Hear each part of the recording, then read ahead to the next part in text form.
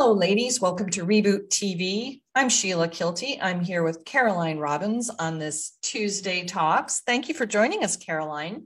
My pleasure. Thank you for having me. I always enjoy learning from you and talking with you. Just quickly, I've had a lot of questions from clients, potential clients, people I've chatted with, like this whole mind body thing. What's the mind part? I'm losing weight. What's that got to do with my mind? And it all is on the basis of mindfulness, which simply means awareness, that you're being aware of the present. It's letting go of anything that was depressing in the past, because depression is what happened before and thinking about that. Anxiety is thinking about what might happen. And you divorce yourself from those two things. And when you have awareness of the present, it gives you that beat, that give yourself a beat kind of moment to take a breath and be mindful and present in your mind, observing objectively about what's going on and having no criticism, just taking a look and being curious. So if something's going on, even if it's really bothering you, there is a cake over there that's screaming your name across the room. You've gone to a bridal shower or a baby shower or something, and there is this cake and you can smell it. It is a Duncan Hines cake that brings back every memory from childhood. And you're ready to sprout talons and jump through the cake. And you can stop yourself in the moment, take a breath, not through your nose if you're smelling cake, but take a breath and just say, this is interesting. What is it about this cake that's calling my name? In my head, I know I shouldn't eat it. I know I'll regret it if I eat it. And you have a dialogue with yourself that includes self-compassion and feeling that you like we treat other people much better than we treat ourselves. And self-compassion says, treat yourself at least as well as you treat everyone else and cut yourself some slack. That's like the shorthand version of self-compassion. But in that moment, you might say, like Caroline, what are some things, if you stopped yourself in that moment, that you could say about the cake? I could say, maybe I want the cake because of how I think it's going to make me feel. I have, for my entire life, been a very emotional eater. And so for me, and a lot of food, and cake definitely fits into this category, I associate birthday cake with celebration and fun and community and all of these things. And the reality is, if I'm at a birthday party with the birthday person, guess what? I'm celebrating their birthday. I don't have to eat the cake to get the celebration. I can be with the person. And that is something that, before I would almost feel like a piece of cake, it would be like I was a slave to the cake. It would be like I didn't have power over the cake had power over me. Mm-hmm. And for this mindfulness thing, which I'm still very much in the middle of my mindfulness journey, mm-hmm. I can have that conversation with myself and say, Caroline, why do you want the cake so bad? Because it's not the disgusting Duncan Hines box. Right. That's exactly right. Yeah. Sometimes it has nothing to do with it.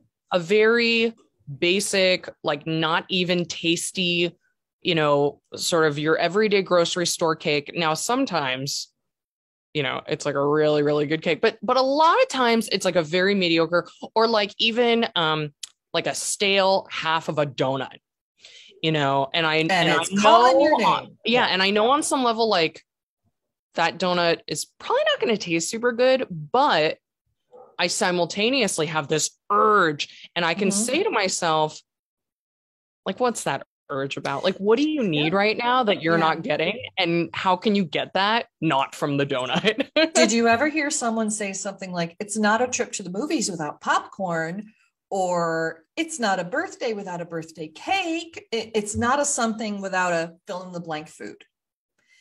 And you hit on it at the beginning to say, wait a minute, that's not what today's about. So mindfulness is that moment that you get to put on the brakes and have some compassion towards yourself and just say, don't worry, Caroline, you're here to do other things besides eat that really crappy Duncan Hines cake. There's nothing in there that's good. And you know that. So parent yourself. Well, be nice. Give yourself permission to say, oh, I'm going to have fun without the cake, because you know what? It's Sue's, somebody's birthday, whether the cake is there or not. Right? Definitely. And it's a very childlike response to say, it's not a birthday without a cake. I mean, I just had a session with someone who shall remain nameless, who used one of those kind of lines like, well, it's not this if it's not that. It's like, if I don't have that, it's not an experience. And it really brought that to mind to bring up today as an example of how we can use those old experiences that used to throw us under the bus, and we'd hate ourselves later, and it would derail all of our hard work, to take that moment. And that's all mindfulness is doing exactly what Caroline did. So bravo, you did a great job. She is my A+ student. Caroline is awesome on so many levels, and her success inside and out has been phenomenal to watch, really. She's put in all the work too. And it shows. I would love to share just like a couple quick experiences that I had at different stages of this program. Yes. Because there have been lots of times this past week, including where I actually had like a beautiful grass-fed steak. And when I bit into it, I realized it had been sitting around for a little too long. So I spat it out. And then I looked in my fridge and I felt the sausages calling to me. And I had made an agreement with myself that I was going to choose not to eat processed food, including sausages, this week. And in that moment, I got swept up. I did not exercise mindfulness, and I gulped down 3 sausages. Mm-hmm. So I really want to share that, because mindfulness is not about perfection. Mindfulness is about compassion for oneself. Yes. And I want to really contrast that with, I went to like a work event, an in-person work event a couple of months ago at this point. And for me, that's like a very special, rare, unusual thing. And there was going to be a lot of food. Exactly. And I made a plan. I made a plan with myself, and I said, I don't need to eat anything at this event. What I can do at this event is I can be with the people. I can talk to my colleagues. I can listen to them. I can be with them. I don't need to eat. And I had prepared a very lovely on-plan meal for myself to eat when I got home. So for me, I think there's kind of like these two things, like there's the in the moment thing. Mm-hmm. And there's also this way where if you kind of know, like you're going to a birthday party, there's going to be a cake, then there is this opportunity to call Sheila and say, I have this situation coming up. Can you please help me prepare for it? Because mm-hmm. then in the moment, it makes it so much easier, because then I'm there and I think to myself, like, I made a plan. Mm-hmm. And when I have a plan, it is so much easier to be mindful than when I don't have a plan.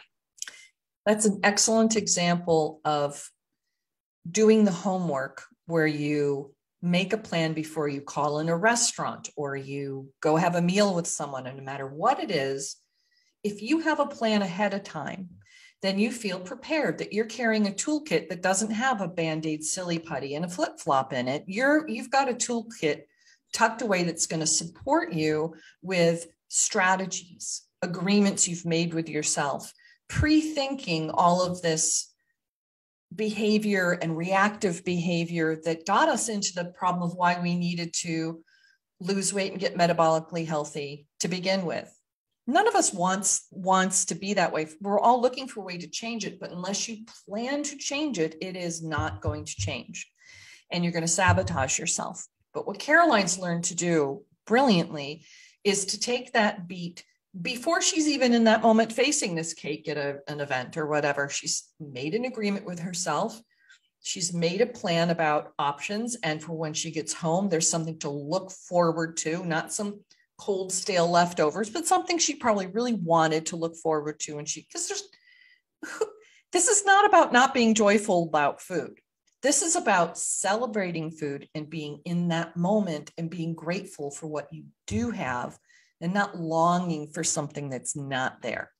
Yeah. Like the depression of, I don't get to have cake anymore. And, I always liked cake. And then the anxiety of, I'll never be able to have cake again. And in that moment, if you're not mindful and prepared and supporting yourself with strategies, you're going to be swept away in a wave that, for like in my case, is 59 years. I'm 59 years old, 59 years in the making, this tsunami that takes me over and says, you can justify it. Go over there, call it an 80-20. You got there 80% of the way. It's fine. We can justify just about anything. But Caroline's learned a great deal. I just want to cover one other thing with Caroline that she brilliantly did, and you'll be able to talk about it much better than me. And that is, there are a lot of other things besides eating. This is part of the strategy of getting your mind right and getting your heart right before you're confronted with something.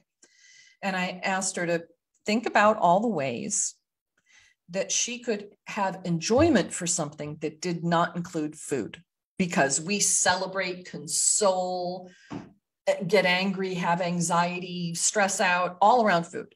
Food has become like the go-to drug of choice for me and a lot of people. So Caroline, why don't you share your experience of what happened that week when you decided to look at it that way? So I will say that if I think about myself pre-program, and today it's September in 2021, I started this program about 6 months ago.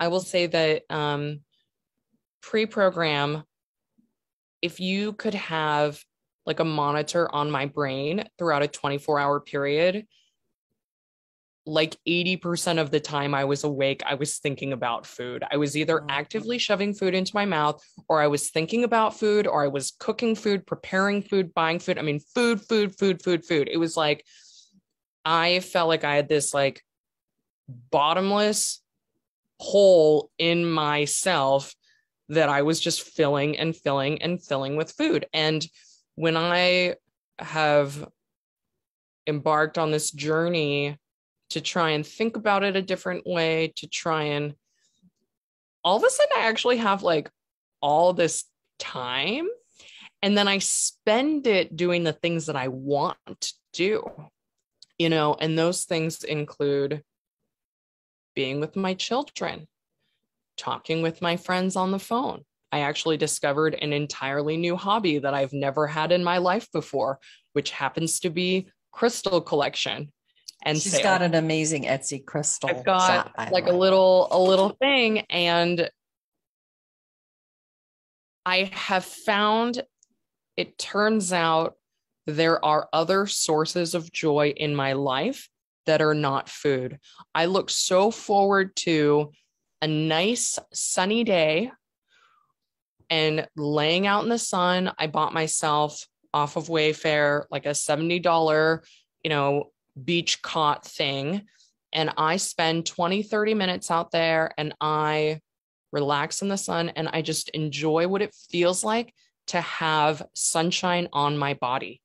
It is so simple and it is also so luxurious. It's and profound. I never had that before. Yeah. Mm-hmm. I never had that before. My sleep has gotten a lot better over this past 6 months. I have, for the past maybe couple of weeks at least, I wake up before my alarm goes off. I don't think this has ever happened to me in my life.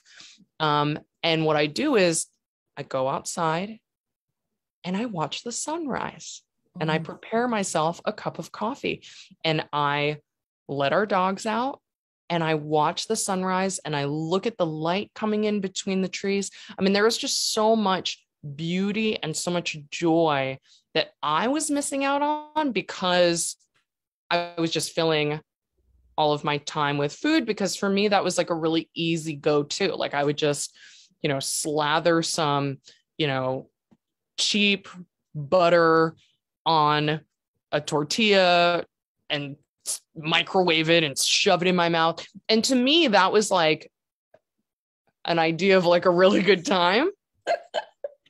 And so now I'm like, oh, I could like hold my son for 30 minutes while he takes a nap and just like enjoy that. Yes, because that's going to go like that. Yeah. So there's Yeah. just all these things, and a lot of them are very simple. A lot of them are very simple. You know, applying lotion to my body. I love applying lotion to my body after Playing a your shower piano. before I go to playing the piano. Our piano's in storage because we're renovating. But yes, Oh. the piano. Oh my goodness. So just like a lot of joy and pleasure that has come into my life as a direct result of thinking about the role of food in my life differently.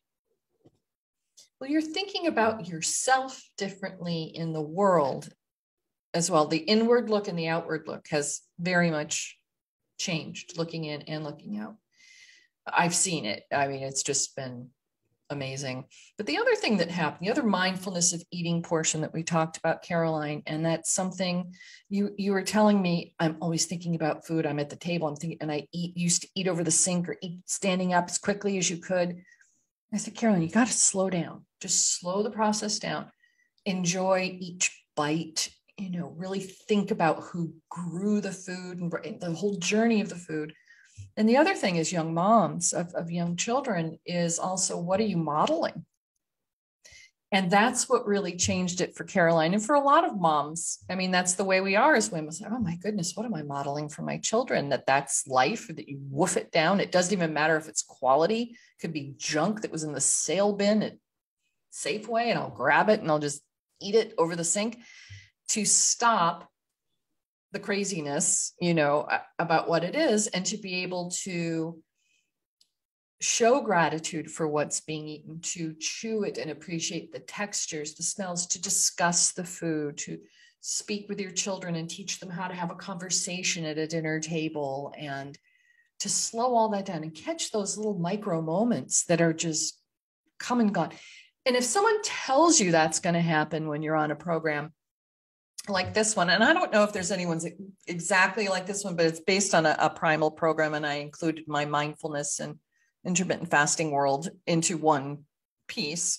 But a lot more goes on between your ears than ever exists on your plate in terms of where the success is. I mean, you would not have gotten the success if I just handed you meal plans. No, because it wouldn't have solved my brain problems. And to call them problems is not exactly right either, but challenges. Yeah, you know, to me it's like I was constantly shoving food in my mouth because I thought that's what I wanted. I had to. Well, you were doing it unconsciously, and mindfulness is consciousness. Exactly. So to be doing things unconsciously or subconsciously, I mean, you were not aware that you were doing all these things until you stopped them and went, whoa, whoa, whoa. And then you can have that perspective. You can have the gestalt of being your own objective, kind, compassionate observer, also giving yourself love in that moment. And that's where self-compassion really takes off, when you feel the warmth of that objective, you know, compassionate observer. Yes. Because we do observe ourselves, and we can either be critical or kind. And I chose to be kind at some point, and it's changed how I treat other people, how I look at people's faults. And as a coach, it has completely changed my relationship with my clients in terms of what I'm able to forgive or understand or just accept as part of the human condition. I don't have any judgment about good or bad.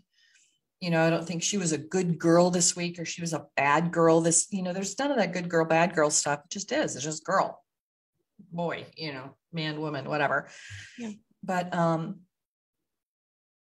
would that be safe to say that that's something that you guys practice now a lot more, and that you see possibly starting to reflect in your kids in any way in terms of how they appreciate what's in front of them? I think so. They're quite young. They're quite young, Yeah. and they also, you know, my partner happens to be a person with a very different relationship with food than I have. And in particular, Wayne's kind of always been a person who does stuff that he enjoys for fun that doesn't have to do anything with food. And so now the kids get to see that from both of us. He has a very matter-of-fact relationship with food. It's phenomenal. It's like, well, it's time to eat because I need nutrition. That's like, exactly right. I don't get that. Personally, that does not compute in my brain. It's not my way. No. But it's wonderful that they have that balance, though. They will not have this food addiction that I've struggled with my whole life. And I'm so glad for that. It's a huge gift you're especially giving your daughter, because it seems that women have a tendency to get that behavior from their moms. Yeah. And I saw it in my grandmother. I saw it in my mother and my sisters. And I just decided not to be that way anymore. And my son, Patrick, has a very matter-of-fact relationship with food. Maybe it's more of a guy thing. I don't know. But it's a wonderful gift to give your daughter, to think that she's not going to be standing over a sink wondering why she doesn't get more time with her kids. Totally. You're teaching her to be present, and that can be nothing but positive. I love that. Can you stay for just a couple minutes? I have 6 tips and we're done. Can you stay for a couple minutes? I can. Let's do it. Thank you. Tell me if I forget anything, because you're good at this stuff. You've been doing it for a while. So mindfulness with eating, there's going to be a guided meditation. I'm also putting up on our SoundCloud account. It is Optimal Health Reboot SoundCloud. If you just type in Optimal Health, it comes up first. And it's also on optimalhealthreboot.com. There is a SoundCloud page where you can listen to all the different recorded guided meditations. The one about mindfulness of eating is not meant to be played while you're eating. It is meant as a meditation during your time when you're reflecting or thinking. It's only 5 or 10 minutes long. And it reminds you to be mindful, rethinking about how you want to approach something. And it's part of that preparedness that the strategy sessions that Caroline has. So it's part of that kind of way of being. So when you do sit down at a table, that guided meditation tape is playing over the hurry up and eat, you got to get back to work tape. It's like, take a minute, digest your food. So the tips for mindful eating, very simple. Number 1, silence your devices. I know we're surrounded by devices, but you have to give yourself the ability to be quiet. And these, all these things that we have in our lives, here's my bat phone here. And the sounds that they create are created in that way specifically to make us panic and want to reach for it. It's very Pavlovian. There's a ding, and it's been researched to be the one that's going to get your attention, make you anxious if you don't get it.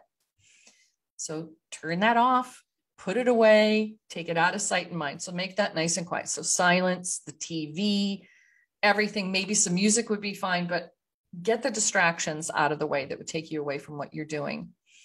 And it's not just at restaurants, it's at home too. Really honor that time. Honor your hunger. That's the next tip. I won't repeat it. There's a whole Tuesday talk about honoring your hunger and what it is to be aware and connected with what is hunger. Am I hungry? Am I satiated? Is this where I'm full? And there's a lot of things that, because of this behavior that we have when we wolf down our food, we're not connected with it. So if you haven't seen that yet, go watch it. You can see it on the guides of the Facebook group, in either group. The next one is to take that moment when you sit down to eat, take that moment and think about everything that went into growing, preparing, cooking. How many hands have touched it is another way the Japanese culture talks about it, that in growing rice, that there are 50 hands that have touched this one grain of rice to get it on your plate. It is a Zen Buddhist monk way of thinking about everything that went into getting that there. And it makes you stop and have gratitude, which is the next one. Have some gratitude that you have food, that you can buy quality food, that you can afford to sit around at a table in a house with a roof over your heads, or in Caroline's case, with her house upside down and backwards right now, There's still a place to go and sit in safety and security and enjoy this moment. The next one is to involve all five senses. So it really is, how does it smell? How does it look? How does it even sound? Is it crunchy? So when the food's in your mouth, think about all the senses having to do with, is it wet? Is it dry? Is it smooth? Is it lumpy? And then get into the taste. What kind of taste? And there are, how many are there? I think there's supposed to be 5. There's sweet, salty, bitter, sour, and umami is the 5th one, that savoriness that we've all gotten to know. So think about all those different flavors. What does it have? Develop your palate. Think about what went into making it and just taking that moment and doing that. Pay attention to the textures of everything around you, the feel of the seat on your body. What do you have? Do you have arms on your chair or not? Can you sit back? What's your relationship with the table? Like your physical space of what you're doing in that moment. Checking to see everyone else at the table, not just about you, but seeing who's comfortable, who's not, who might need something. Getting out of your own head is also a great way of being mindful. It's not always going inside. It's listening to the other person, being a good listener. Do they need something? If your kids are there, asking them engaging questions to learn how to have a conversation at a dinner table. And the last one is to put down your utensils in between bites. And I know that's a hard one. It was a hard one for me. But if you watch old movies, European cultures hold on to their knife and fork the entire time. And they make gesture, they don't sit them down because they don't switch hands. When they cut something, they put it right into their mouth and they do this, right? Americans, we swap hands. We cut it, swap hands, get it in our right hand and put it in our mouth. There's an opportunity at that time to sit the knife and fork down and, show your kids how you do that. And so when you're talking and asking questions, disengage from the food, be in the meal moment at that time. After dinner, the mindfulness can continue into the kitchen with other things that you're doing. But in terms of the meal and eating, those are some great tips, real simple things, but they're quite profound when they work. Now, how it works on your weight loss is all of those things together are going to work on your brain's ability to register satiety, being full, being sated, not just full, like you're full of the right nutrients, you're done, you feel great, you got everything you're supposed to have nutrient-wise out of that moment at the meal. If you're not taking your time to being aware of what you're swallowing, your body doesn't even know you've eaten it for 20 minutes. It takes, if you are not mindful of what you're putting in your body, oftentimes it takes 20 minutes before your body goes, oh, all right, here's some leptin, you're full. Oh yeah, you're full. Caroline, do you find that when you practice mindfulness in a meal that you might be fuller sooner than you normally would be? Do you have a tendency to not overeat as much when you're slowing down and being mindful in the moment? So I never knew what it meant or what it felt like to be full because my whole life I always overate. And so I became accustomed to kind of always feeling full and over full. Now, mindfulness has taught me to actually pay attention to what my body feels like. When before I was just listening to the cake saying, eat me, eat me, eat me. And now I listen to my body saying like, I'm good. And that's different. That's different. That's a learned skill. It is. If you didn't get that, your leptin's not kicking in and you connect full with, I'm done with what's on my plate. Because I would get praise for the clean plate club. I don't know about you, but if you finished everything, this Flintstone sized meal on your plate, you got praise. Because there's starving children in India, or whatever the reason was back in the 60s. Everybody had starving children somewhere else. And so I thought full was you've cleaned your plate and then you're full. And I have found I'm full when I'm full. And now I know what that is. But if I wasn't practicing mindfulness and objectively observing with curiosity what's going on with me, I wouldn't be able to connect that feeling, because until you connect that feeling, your leptin does not release. Did you know it? Like literally there'll be a barrier, ghrelin, which is you're hungry, and leptin, which is you're full. Leptin will not be released until you are cognizant of being full. That is fascinating. You know, Sheila, you reminded me of another hormonal thing that I've learned about.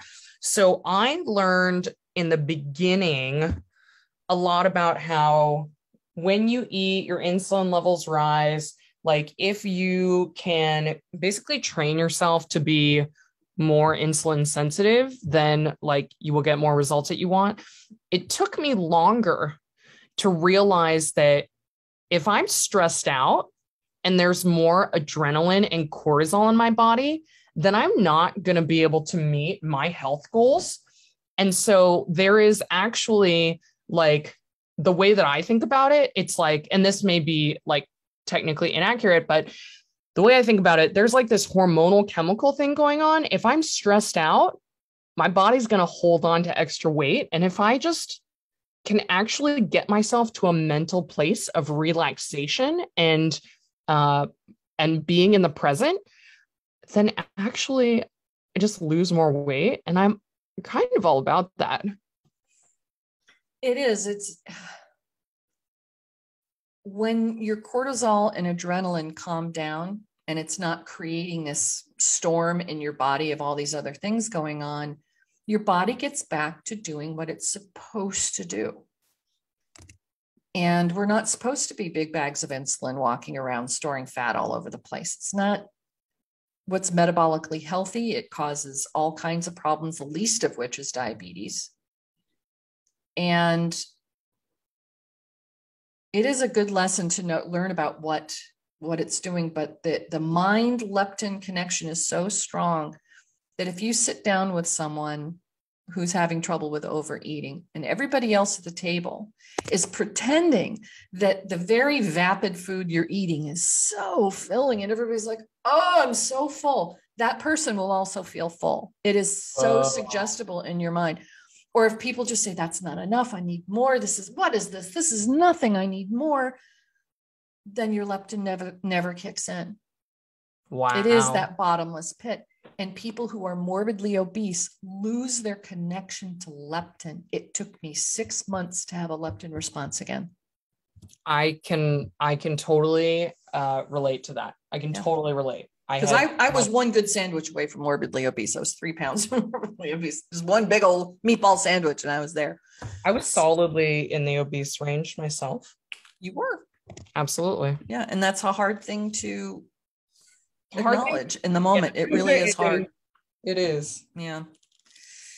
But Caroline, you've been so helpful to so many people. And Molly actually suggested that we have a kind of a big sister program inside the Reboot, so that when people are new, that they get assigned to someone else that's their big sister who can help them if they have questions. And I thought, what a brilliant idea that would be. Wonderful idea. I love that. Kind of the senior freshman kind of thing. Well, yeah, that's really cool. Yeah.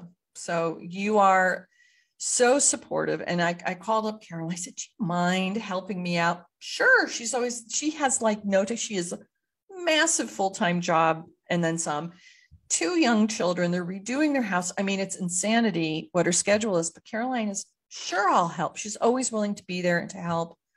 And I really thank you so much for being part of our whole Reboot program. Wouldn't be the same without you. And I'm so proud of you. And I'm very, very glad to see the successes that you're having. It makes me very happy. Thank you so much. I have enjoyed this session tremendously. And I can't wait to see you tomorrow. See you tomorrow. Good night, ladies. This has been Reboot TV with Tuesday Talks. See you next time. Bye.